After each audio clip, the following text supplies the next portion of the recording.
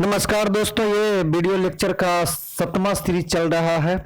मैं इंजीनियर लक्ष्मण कुमार, मैं आप लोग के सामने ये 15 क्वेश्चन का पुनः है भंडारा लेकर के आया हूं और जो आपके बोर्ड के एग्जाम को 4 चांद लगा देगा। तो आइए दोस्तों, पहले क्वेश्चन का आगाज करते हुए शुरुआत करते हैं। तो ये रहा फटाक से पहला क्वेश्चन है 64 समरूप बूंदे, 64 समरूप बूंदे जिनमें प्रत्येक की धारिता 5 है, माइक्रोफेराड है। ये माइक्रोफेराड है 5 माइक्रोफेराड है, मिलकर 5 माइक्रोफेराड है, मिलकर बड़ा बूंद बनाते हैं। मतलब जो छोटा छोटा बूंद है वो 64 बूंद है, बूंदों की संख्या हुआ 64 हो गया। और छोटा बूंद है वैसा 64 बूंद है, उसकी प्रत्येक की धारिता दी हुई 5 माइक्रोफेराड है। बड़ा बूंद बनाते हैं तो बड़ा बूंद की धारिता निकालना, किसका निकालना है? बड़े बूंद की धारिता क्या होगी?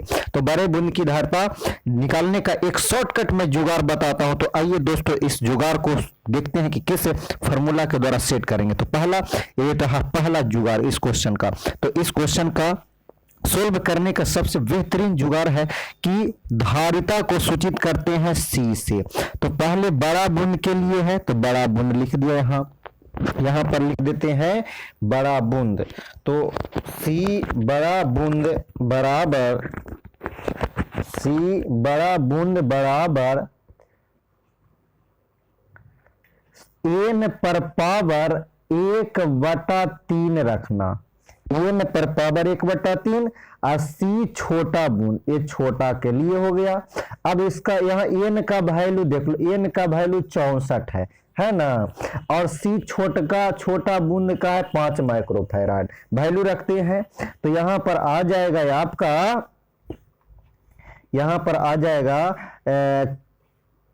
सी बड़ा बूंद बराबर, सी बड़ा बूंद बराबर 64 पर पावर 1/3 गुना 5। अब 64 को लिख सकते हैं 4 गुना 4 गुना 4, 3 बार लिखेंगे।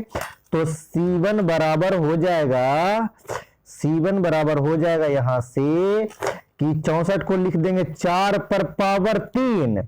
अब फार्मूला में भी था 1/3 और इधर गुना में था 5, तो 3 से 3 कट जाएगा, तो 4 गुना 5 आएगा, 4 गुना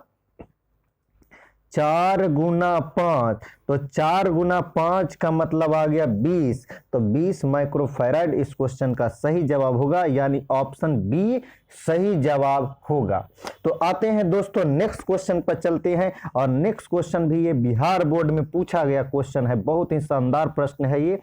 तो आते हैं अगले क्वेश्चन की ओर। अगला क्वेश्चन ए रहा, प्रभावी धारिता 5 माइक्रोफेराड को प्राप्त करने के लिए सिर्फ 2 माइक्रोफेराड के कम से कम कितने संधारित्र की आवश्यकता होगी? आपको लाना है, कितना लाना है बालक? 5 माइक्रोफेराड। तो 5 प्राप्त करना है, आपके पास 2-2 माइक्रोफेराड है, तो 2-2 माइक्रोफेराड को जोड़ करके 5 लाना है। तो देखो कैसे जोड़ेंगे। 2 माइक्रोफेराड को पहले जोड़ दो समांतर क्रम में। किस क्रम में जोड़ेंगे? समांतर क्रम में। जैसे ही जोड़ेंगे बालक, जैसे ही समांतर क्रम में जोड़ेंगे तो ये दोनों मिलकर के एक बन जाएगा। क्या बन जाएगा? एक। और उसके बाद 2-2 का सीरीज बना लो। 2-2 का सीरीज बनाओगे तो हो जाएगा 2 दूनी 4 और 4 पहले 2 था, यानी टोटल संधारित्र की आवश्यकता हो जाएगी कितनी? 4 संधारित्र की आवश्यकता होगी।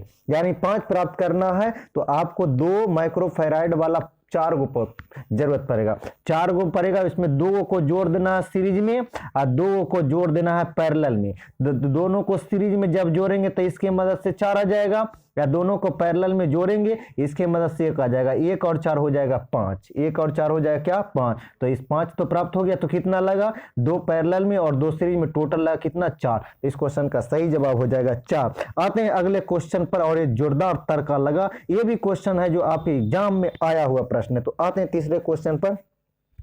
3 संधारित्र जिसमें प्रत्येक की धारिता सी श्रेणी क्रम में जुड़ा, बिल्कुल आसान सा क्वेश्चन। तीनों ये 3 संधारित्र है जो किस क्रम में जुड़ा हुआ है? श्रेणी क्रम में। श्रेणी क्रम में जुड़ा हुआ तो जुगाड़ है, तो सबसे अच्छा है कि जितना संधारित्र है और संधारित्र की धारिता है और जितना संधारित्र की संख्या उससे भाग दे दो। तो कितना है इसमें? संधारित्र की धारिता सी और कितना है? 3 संधारित्र, तो C/3। इस क्वेश्चन का सही जवाब होगा C/3। तो इस क्वेश्चन का आंसर हो जाएगा ऑप्शन सी, C/3 होगा। आते हैं अगला क्वेश्चन क्वेश्चन, जो कि इससे भी बेहतरीन क्वेश्चन है। और ये क्वेश्चन रहा आपकी स्क्रीन पर। 125 एक समान बूंदों में प्रत्येक को 50 वोल्ट तक आवेशित किया जाता है। क्वेश्चन कह रहा है कि एक समान बूंदों में प्रत्येक को 50 वोल्ट विभव तक आवेशित किया गया है, उन्हें जोड़कर नई बूंद बनाते हैं। तब 125 वाला है, छोटा छोटा बूंद है, उसको जोड़ेंगे तब बड़ा बूंद बन जाएगा। और छोटका बूंद का धारता दिया हुआ कितना, छोटका बूंद का विभव दिया 50 वोल्ट और बड़ा बूंद का विभव कह रहा। तो इसके लिए भी जुगाड़ मैं बताता हूँ, शानदार जुगाड़। तो आते हैं एक नए ट्रिक के साथ कि भी बड़ा बूंद होगा वो हो जाएगा n पर पावर 1/3 गुना भी छोटा बूंद। तो छोटा बूंद वाला का तो दिया हुआ था, इसी पर n का वैल्यू हो जाएगा 125, n का वैल्यू 125 हो गया, n का वैल्यू हो गया 125। तो 125 को लिखेंगे कितना, 5 पर पावर 3 लिखेंगे, 5 पर पावर 3, तो 5 पर पावर 3 और यहाँ पर हो गया 50, तो ये कट जाएगा। तो 5 गुना 50 आ गया, यहाँ पर कितना आ गया, 5 गुना 50। तो 5 गुना 50 करेंगे तो आंसर आ जाएगा आपका B 250। कितना आ जाएगा, 250। इस क्वेश्चन का सही जवाब होगा दोस्तों 250 होंगे। क्या होंगे, 250 होंगे। इस क्वेश्चन का सही जवाब हो जाएगा 250। तो आते हैं दोस्तों अगले प्रश्नों के साथ। अगला प्रश्न रहा ए, जो कि बहुत ही बेहतरीन क्वेश्चन है। तो ये क्वेश्चन रहा, विद्युतीय फ्लक्स का विमीय सूत्र होता है। विद्युतीय फ्लक्स को सूचित करते हैं किससे, फाई से। तो फाई बराबर होता है ई ए कॉस थीटा, ई ए कॉस थीटा। ई का विमीय सूत्र जानते हैं, एम एल टी माइनस 3 ए माइनस 1। अब यहां पर आ गया एरिया का तो जानते हैं कि एल स्क्वायर होता है और कॉस थीटा विमाहीन, इसका विमा नहीं होगा। तो देखिए एल स्क्वायर गुना एल क्यू हो जाएगा। तो इस क्वेश्चन का सही जवाब हुआ एम एल 3 टी माइनस 3 ए माइनस 1। तो इस क्वेश्चन का सही ऑप्शन हो जाएगा दोस्तों ए होगा। इस क्वेश्चन का सही जवाब क्या होगा, ए। तो सही से आप लोग याद रखेंगे कि इस फ्लक्स का फार्मूला होता फाई बराबर ई ए कॉस थीटा, ई ए कॉस थीटा। ई क्या है, विद्युत क्षेत्र, ई ए क्या है, क्षेत्रफल, और थीटा क्या है, ई और ए के बीच का कोण है। आते हैं अगले प्रश्न की ओर बढ़ते हैं। तो अगला प्रश्न है यहाँ पर, अगला प्रश्न है कि विद्युतशीलता का एसआई मात्रक होता है। विद्युतशीलता को सूचित करते हैं एप्सिलॉन नॉट से। तो एप्सिलॉन नॉट का मात्रा, इसका वैल्यू होता है 8.854 10 पर पावर -12, 10 पर पावर -12। इसका इकाई लिखते हैं, इसका इकाई होता है कूलम्ब स्क्वायर प्रति न्यूटन प्रति मीटर स्क्वायर, प्रति न्यूटन प्रति मीटर स्क्वायर। मिलाते हैं इस क्वेश्चन का सही जवाब। तो कूलम्ब स्क्वायर देखिए, ये ऑप्शन ए में ही सही है, ऑप्शन ए इसका सही जवाब होगा। ऑप्शन ए इसका क्या होगा, सही जवाब होगा। आते हैं अगले क्वेश्चन नंबर 7 की ओर बढ़ते हुए चलते हैं। तो क्वेश्चन नंबर 7 ए रहा, लगा बहुत ही बेहतरीन क्वेश्चन, और ये भी क्वेश्चन है बिहार बोर्ड के एग्जाम में आया हुआ प्रश्न है। तो आते हैं देखते हैं इस क्वेश्चन का सही जवाब क्या होगा। तो ये क्वेश्चन है कि विद्युत क्षेत्र ई से लंबवत रखे विद्युत द्विध्रुव का पी आघूर्ण पी है। आघूर्ण क्या है, विद्युत द्विध्रुव आघूर्ण है। इस स्थिति में द्विध्रुव को स्थितिज ऊर्जा शून्य मान लेने पर, स्थितिज ऊर्जा क्या मानना, शून्य मानना है, और ई तथा पी के बीच कोण थीटा रहेगा। तो स्थितिज ऊर्जा क्या होगा, स्थितिज ऊर्जा क्या होगा, स्थितिज ऊर्जा क्या होगा। तो स्थितिज ऊर्जा के लिए फॉर्मूला याद रखेंगे, U बराबर PE 1 minus cos theta, 1 minus cos theta, 1 minus क्या होगा, कॉस थीटा होगा, 1 माइनस क्या होगा, कॉस। तो इस क्वेश्चन का सही जवाब हो जाएगा कौन सा, डी होगा। इस क्वेश्चन का सही जवाब क्या होगा, डी होगा मेरे प्रिय प्यारे विद्यार्थी। इस क्वेश्चन का सही जवाब हो जाएगा डी, क्योंकि 1 माइनस कॉस थीटा होता है। तो आते हैं अगले प्रश्न की ओर। अगला प्रश्न है क्वेश्चन नंबर 8। क्वेश्चन नंबर 8 है, जो कि बहुत ही आसान क्वेश्चन है, न्यूमेरिकल है। कह रहा कि एक विद्युतीय द्विध्रुव 2 आवेश से बना है जिसका परिमाण दिया हुआ है, जिसका परिमाण, ये गलत है, एक्स्ट्रा लिखा गया, ये नहीं होगा, है, उसके बीच की दूरी दिया गया, आघूर्ण निकालना। आघूर्ण का फॉर्मूला था P बराबर Q गुना 2L, Q गुना 2L। तो यही तो दिया, Q का मान चाहिए वाला रखिए या ये वाला रखिए, दोनों का परिमाण समान है, दूरी इतना, तो पावर से सोल्व करते हैं। 19 और 10, 19 10 कितना हो जाएगा, 29 वाला आंसर हो जाएगा, 29 वाला ऑप्शन। तो ऑप्शन में दो गो है, एक में है कि 7.86 और दूसरा 7.68, 7.68। तो दोनों को गुना कर लेंगे, दोनों को गुना करेंगे तो ऑप्शन आपका आ जाएगा बी वाला आ जाएगा। कौन सा ऑप्शन आ जाएगा, बी। तो इस क्वेश्चन का सही जवाब क्या हो जाएगा, बालक, बी। इन दोनों को गुना करिए ना, अपने आप डायरेक्ट आंसर आ जाएगा। इन दोनों को गुना करना, तो ऐसे भी देखिए लास्ट वाला 4 है, यहाँ 2, 4 दूनी 8, देखिए इसी में लास्ट में 8 है, और देखिए 19 पावर में है, यहाँ 10 है, तो इन दोनों को जोड़ेंगे तो 29 आ जाएगा पावर में। तो इस क्वेश्चन का सही जवाब आ जाएगा बी। तो अगला क्वेश्चन आपके स्क्रीन पर, ये अगला क्वेश्चन है क्वेश्चन नंबर 9। और एक किसी संधारित्र की धारिता का मात्रा, कितना बार देखें कि फेराइड फेराइड आ रहा था, संधारित्र की धारिता का मात्रा क्या होता है, फेराइड। फेराइड क्या होता है, फेराइड, फेराइड फेराइड होता है। आते हैं अगले क्वेश्चन की ओर। तो अगला क्वेश्चन रहा ए आपके स्क्रीन बोर्ड पर, किसी संधारित्र पर आवेश की स्थितिज ऊर्जा का व्यंजक होता है। तो स्थितिज ऊर्जा का व्यंजक होता है E बराबर 1/2 CV²। सी क्या है, तो सी हो गया धारिता, V क्या हो गया, विभव हो गया, सी हो गया धारिता, V हो गया विभव, सी हो गया धारिता, V हो गया 1/2 CV², 1/2 CV²।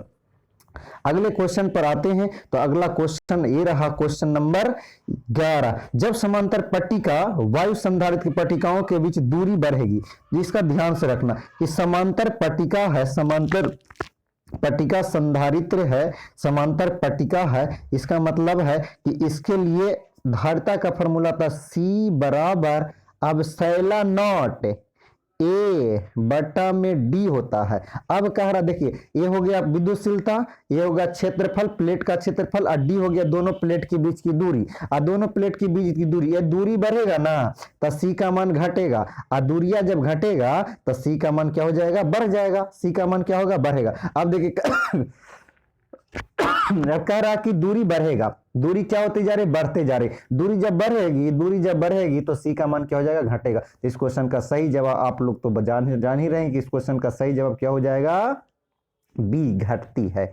धारिता क्या हो जाएगी, घटेगी। तो आते हैं अगले क्वेश्चन की ओर बढ़ते हैं, आपका समय नहीं लेते हुए। ये रहा पुनः क्वेश्चन, वही क्वेश्चन आ गया, रिपीट आ गया। अभी तो 2 मिनट पहले क्वेश्चन को हम लोगों ने देखा था कि विद्युतीय क्षेत्र में विद्युत इधर घुमाने में किया गया कार्य होता है। तो किया गया कार्य तो W बराबर PE cos थीटा, कहाँ गया, PE1 minus cos theta, W बराबर PE1 minus cos theta, W बराबर PE1 minus cos theta, W बराबर PE1 माइनस cos थीटा। हाँ, एक क्वेश्चन थोड़ा सा मिस्टेक हो, उसको बढ़ते हैं अभी।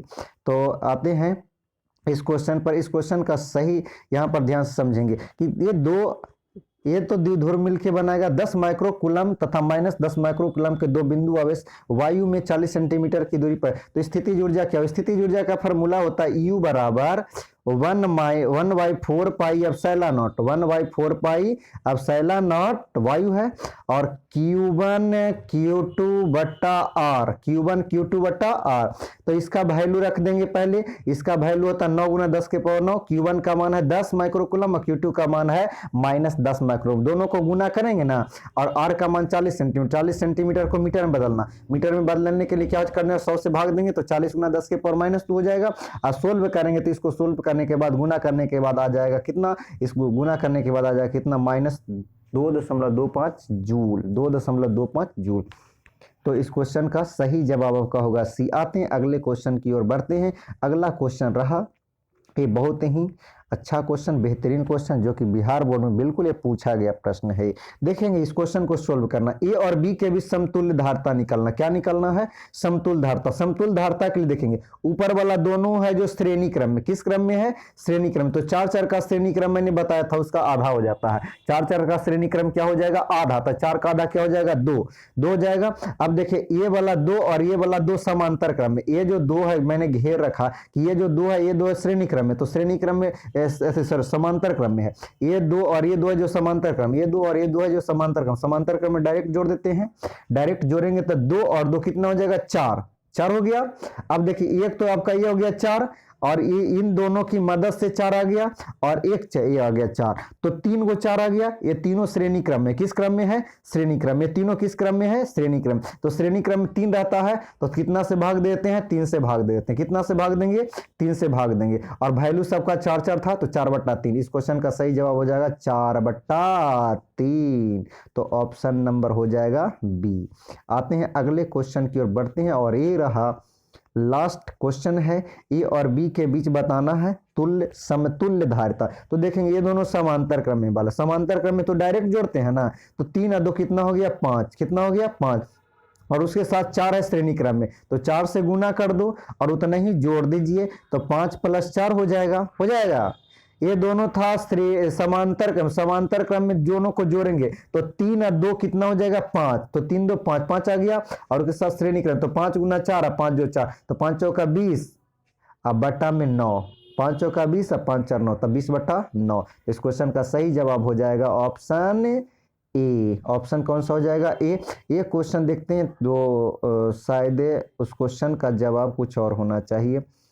आते हैं, क्वेश्चन नंबर है आपका थोड़ी सी, हाँ इस क्वेश्चन पे आते हैं। हाँ देखिए, इस क्वेश्चन का क्या हुआ, स्थिति ऊर्जा निकालना था, जो कि मिस्टेक हो गया था यहाँ पर। इस क्वेश्चन का कह रहा कि थीटा का मान कितना लेना? 0 लेना। थीटा का मान क्या लेंगे? 0। थीटा का मान जब 0 लेंगे तो वहां पर हो जाएगा -P.E हो जाएगा, -P.E। ये वाला आंसर गलत होगा, आपका सही जवाब हो जाएगा P.E होगा। क्या होगा? P.E होगा, P.E होगा, P.E होगा, P.E -P.E होगा। इस क्वेश्चन का सही जवाब क्या होगा? P, जो कि ये वाला गलत मिस्टेक हो गया था। तो इस तरह से आप लोग के सामने ये था 15 क्वेश्चन का सीरीज था। आप लोग है इस क्वेश्चन को सही से, इन सारे प्रश्नों को सही से है आप समझेंगे, वीडियो को बार बार देखेंगे, ताकि एग्जाम में आपको बेहतरीन से बेहतरीन करना है।